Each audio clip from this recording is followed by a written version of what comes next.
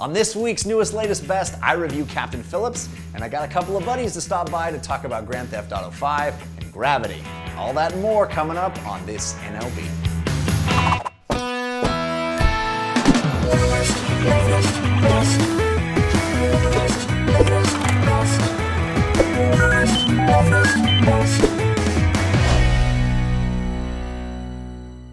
Welcome to Newest, Latest, Best. I'm your host, Jeff Cannata, and there's a lot to talk about this week, so let's get right to the newest.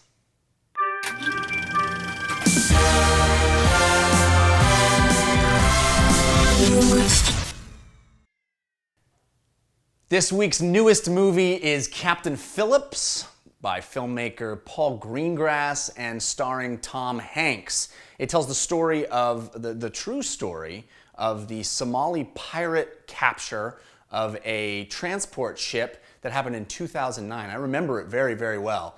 And of course, this is Paul Greengrass, very cinema verite style, that handheld, gritty look. He's the guy that did United 93, a bunch of the Bourne movies.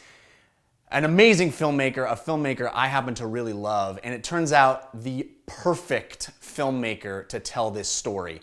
This is a riveting story.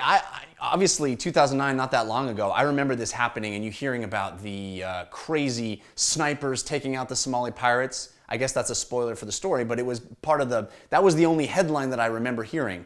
This gets into the nitty-gritty, the details of how it all happened along the timeline, and it's fascinating. It's fascinating, and he is the perfect filmmaker to do it because he presents his narratives in a very plain, flat, unspectacular way. It seems like you're right there in that experience without any fluff added, without any spectacle, without any Hollywood on top of it. Even when you have a giant Hollywood actor like Tom Hanks, who, by the way, delivers a really wonderful performance here.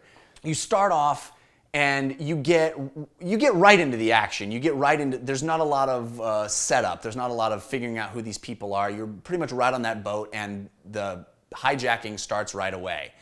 And the hijacking itself is an incredible piece of filmmaking. You get what is basically a modern day train robbery of this big vessel that's like this big old train going through the water, and these guys that are basically on horseback, in this case on these little skiffs, coming up beside it and trying to hijack it. That right there is one of the most thrilling, something I've never seen before, and again, shot, edited, presented in this way that seems so matter of fact, so true, that it doesn't feel like a Hollywood action set piece, even though it is thrilling and riveting as you're in it with these characters. Then you move into a tense, incredible hostage situation, and I applaud the fact that they managed to not present this in a one-sided manner. You feel for these Somalis. I loved that the nuance of being alongside them for a large portion of the movie. There's a lot of this movie where you're not on the ship, you're with the Somalis. It's interesting to feel for them. I felt like this movie is a modern version of Dog Day Afternoon. In the same way that Sidney Lumet puts you inside that bank robbery in that movie and made you feel for those characters and feel for their plight, even though they're doing something terrible, and the complexity of the workings back and forth between the different criminals amongst themselves, the infighting and stresses. In the same way, you feel that for the Somalis in this movie. It's a tense, and I have no idea how they managed to find these actors. These guys are unbelievable. There is not a single frame of this movie when the Somalis are on screen that I did not wholly believe that they were real human beings. Not one moment did I see any acting, and yet they have to carry these incredibly tense scenes and deliver these incredibly powerful moments among themselves, and you feel the weight of the situation in the same way that you see it in Pacino in Dog Day Afternoon. There are scenes I never once thought about the filmmaking, and yet it was only in retrospect that I started thinking, how the hell did they do half that stuff? How did they fit the camera in some of these positions? How did we see what we see? an incredible experience. It's one I highly recommend. If you thought Gravity was tense, man, your nerves are in for another one for this movie. Seeing those two movies back to back was incredible because they're both such intense, pulse-pounding, heart-racing experiences. Also, no spoilers, but the last scene of this movie is some of the finest acting I have ever seen in my life. It moved me profoundly. Can't recommend Captain Phillips enough. I really, really, really liked it. I hope it doesn't get overshadowed by the phenomenon that Gravity has become. All right, speaking of Gravity, we're going to talk spoilers in the next segment. We're going to move to latest. It's going to be spoilers with GTA and Gravity.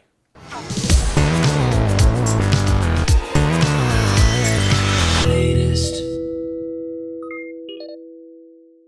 Happy to have Christian Spicer here to talk about Gravity. We're going to talk Gravity spoilers, so be prepared for that. Christian, of course, stand-up comic extraordinaire. Thank you. Improv versus stand-up, which is an awesome show. And your new show, What's New? Yeah, it's going to be... What is new? What isn't? It's a live show and podcast on the Nerdist Network where comics do new material, and then we go in the podcast booth and talk about it. So you get the jokes and then analysis, and we did our first... It's monthly. It's awesome. Check it out. Yeah. Almost as awesome as Gravity. Did I tip my hand? So Gravity. Okay, so we're going to talk about spoilers, but before we do that, I want to hear what you think of it. Okay. So the movie is awesome. How awesome is the movie? I really liked it, and I went into it knowing very little. I had the basic idea. I told it to my wife as I think it's like open water, but in space, which if you remember that movie, it was two divers went out diving, or a bunch of divers went out diving, and then the diving boat went away. Yeah. And then sharks came. Yeah, and it didn't end well. It did not end well. Well, spoilers for open water, but yeah, it did not end well. Yeah.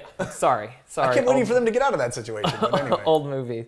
I really enjoyed Gravity. I thought it was well acted. I thought it was well paced. It was 92 minutes maybe. Yeah. I think had it been 110, it would have maybe overstayed its welcome.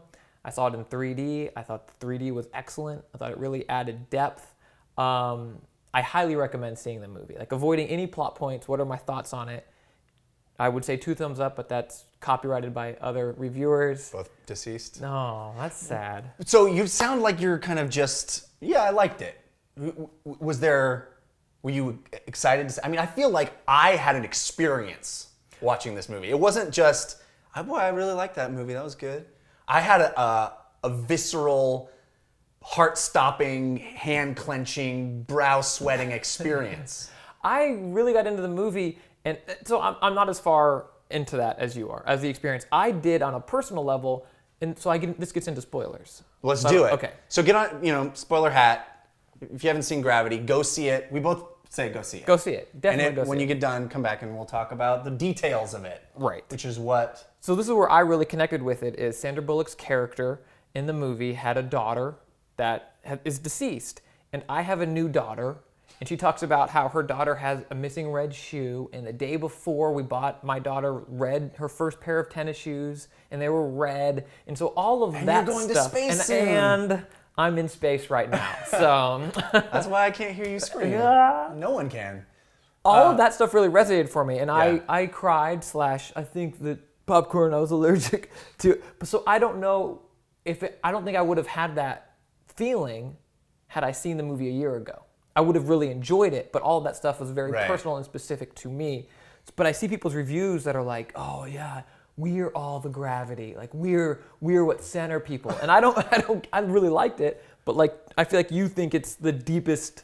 I don't know about deep. I just from a being inside that experience with her I've never seen a better use of first person in a movie ever. Doom with the BFG. Well, I can't correct you there. But I had that moment of, as a video gamer, looking at the first person moments of that and going, we're going to get to a point where that is how video games look and feel. And I can't wait for that moment. That's total side Well, that note. movie, it was a video. It was CG. But almost everything you saw. But did you ever feel like, there's too much CG here? No. Yeah. No, it was amazing. I feel like the word masterpiece, when you break it down, it is a piece of work by a master of the medium. That is what this movie is. Every single thing in this movie is completely intentionally put there and done in that way to give you the exact experience that he wants you to have, and it all works perfectly for me. So do you think it would have been better if it was a little more fantastical? Because the critiques are coming from, Neil deGrasse Tyson and astrophysicists physicists that are like, well, anti-gravity gloves are actually, you don't have the tactile movement to grab on any of that stuff. And he's like, it's a movie. Right. Like, no one did that with Avatar. Right. But because this movie feels so real. Well, it's like hard science fiction. Right, exactly. And so was there a disconnect for you? Did that take you out of the movie at all? Did you care about that? I just recently went to Houston to the Space Center for Always On when I was doing that show, and talked to an astronaut. And he was talking about how difficult it is to close your hands in those because you're under pressure. Yeah. And I was thinking about that stuff. I felt like it added verisimilitude to the experience. I really felt like I was never taken out of the experience, even when with those long camera moves and even in the embryo moment where she's like floating there, which blew me away. That we could get there. I felt like this movie was the first time. Yes, we have seen all manner of creatures and spectacle and things, and Avatar was mind-blowing when I saw it, and you can see any kind of crazy fantastical thing now on the screen, but this was really the first time in a movie where I was like, we can do anything.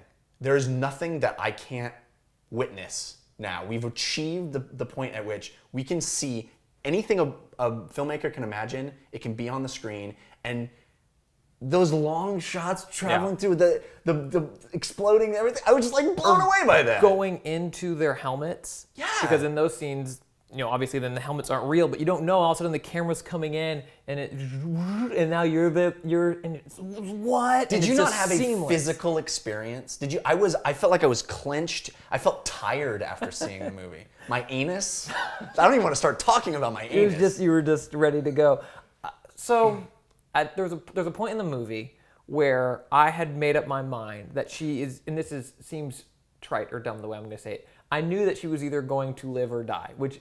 No kidding, that happens in every movie. But it just became very accepting. Is there a third option? No, that's what I'm saying. I understand how stupid this sounds. But I was like, I know that this is going to happen. And that happens in every movie. Like World War Z, Brad Pitt's going to live or die. But this movie is just about Sandra Bullock. It focuses, it's her experience. Right. And so it's like, she's going to live or die, and then what's the message they're trying to tell? And so in my head, I was trying to stay a step ahead, trying to figure out if I knew which one it was.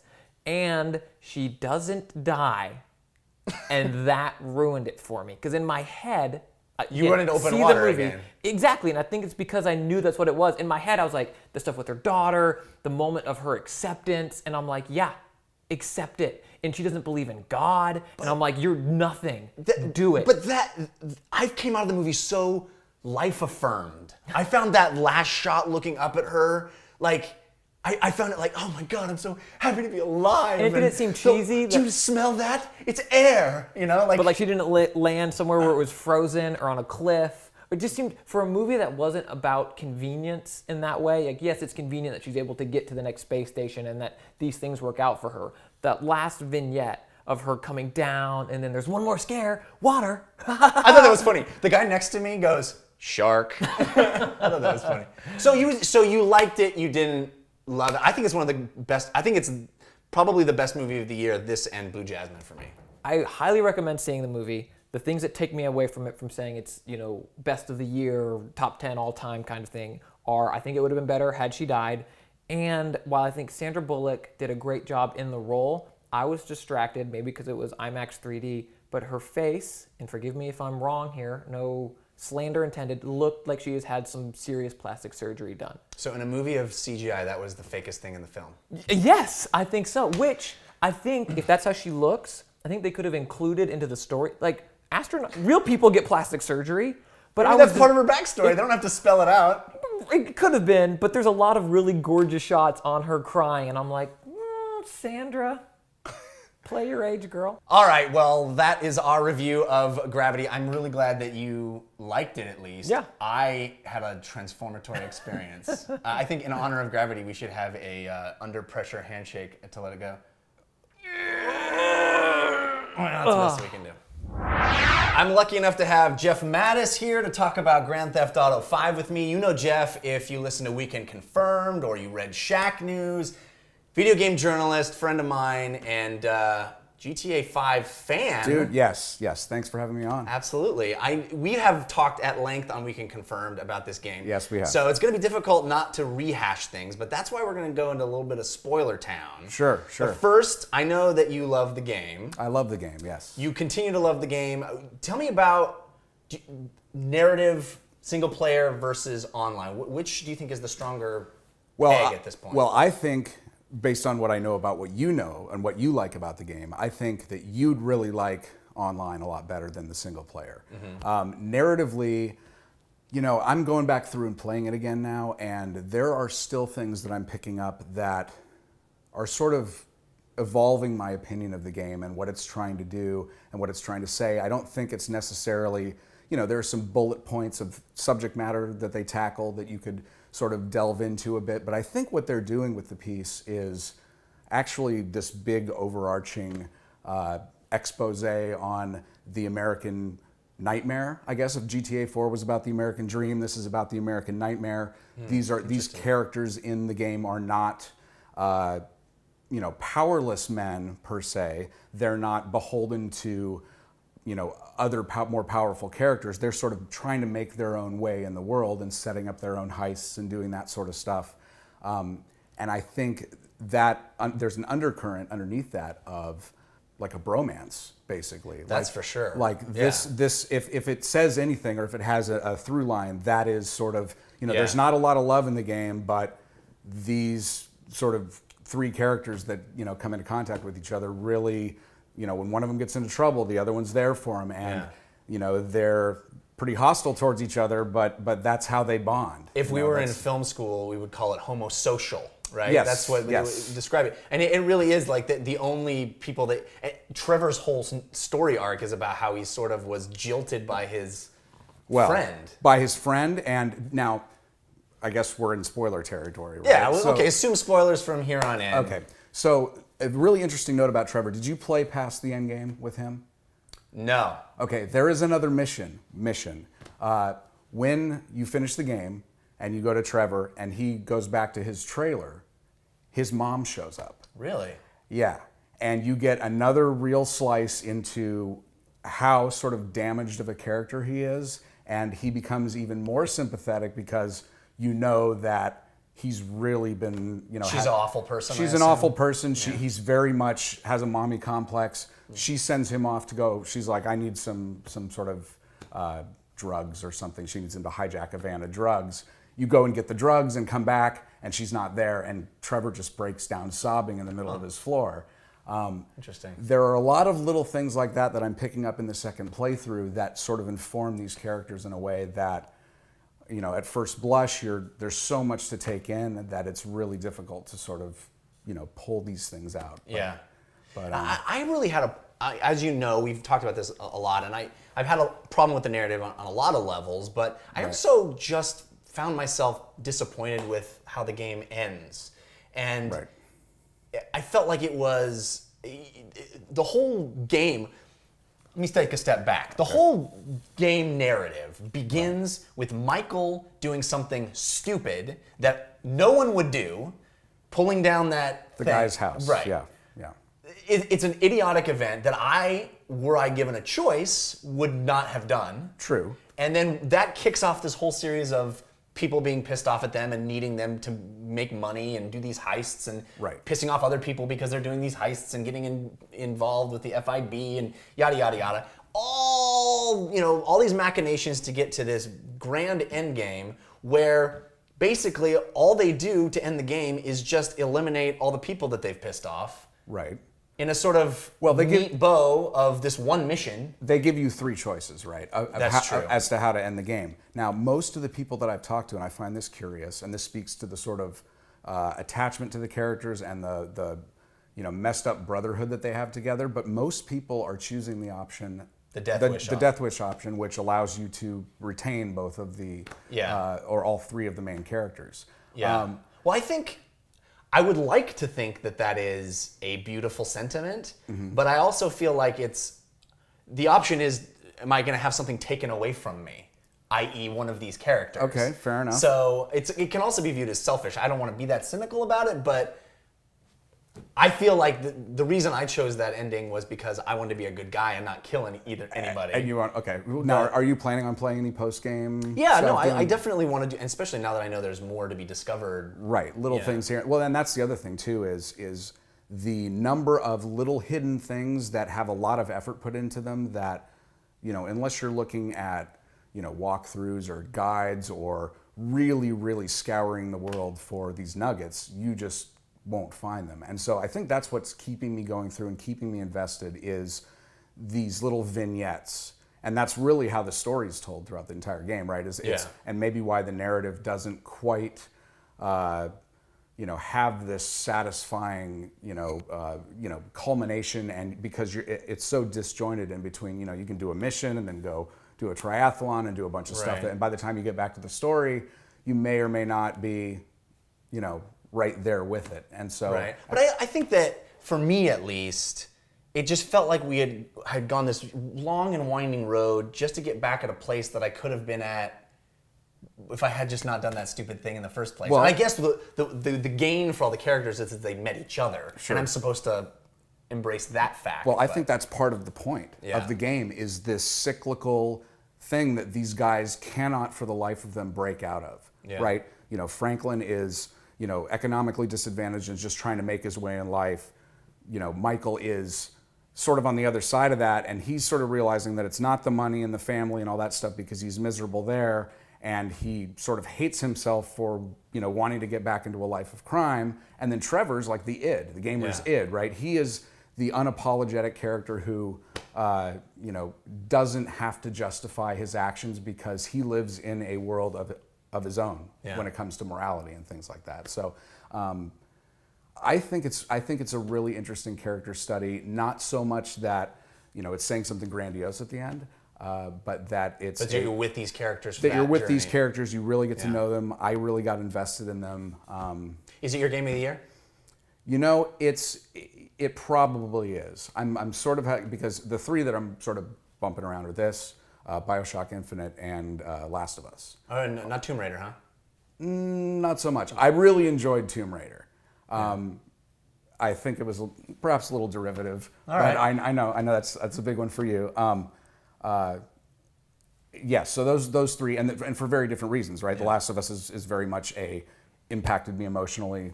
BioShock Infinite was sort of the most intellectually satisfying. The more I thought about it after I finished it, the more I was into it.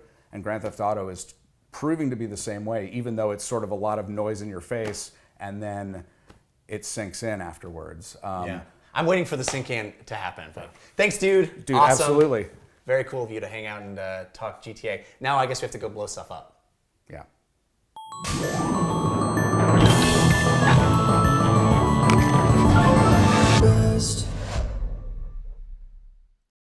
It's time to give you some best bets to take you into next week, and my best bet this week is going to be a board game. This board game, in fact, it's called Dungeon Roll. It's from Tasty Minstrel Games.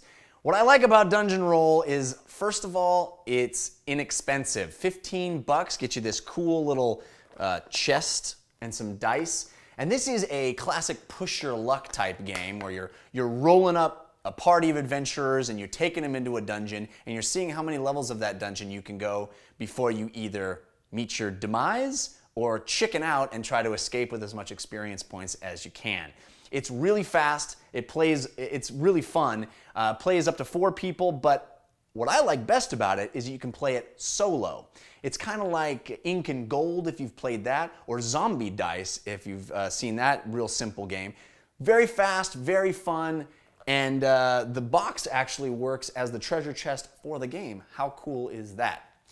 All right, we got a couple of buddies of mine to send in some of their best bets as well. Let's check out Dan Trachtenberg and Tom Merritt and see what they had to recommend. Hey Jeff, I'm going to recommend to you a show I may have mentioned to you before, but it's called Small Town Security on AMC, and it is a reality show, and I know you're typically not a fan of those except for Little People Big World, and this is a little bit more similar to that. the premise is that it follows a small town security firm. They hire out security guards and whatever. As much of the shows I've seen, I've barely seen them do security jobs. It's really much more about the people that work there. Filmmaking-wise, storytelling-wise, the episodes are made much more like a documentary. So think about an American movie, which I'm sure a documentary that you love. It's told with great storytelling sensibilities, and there's huge reveals. At the end of the first episode, there's a massive reveal that's incredible, and you realize that the filmmakers, the TV creators, they know much more about the story than, it's not like they just followed and put together episodes as things progressed. They really know a lot more about these people, and you don't learn everything in a single episode. You really learn things in a more serialized nature. So it has the serialized sensibilities of an AMC show like Breaking Bad, but the authenticity of a documentary, and the filmmaking of a documentary versus a reality show. And I would be shocked if you weren't fascinated, other than the fact that the people are really peculiar, and I know sometimes you bristle against the seedier side of things, but they're more interesting than they are seedy. But there's an interesting element on the show. Anyway, small town security. Think about the title. It's smarter than you might think. And yeah, let me know what you think of it.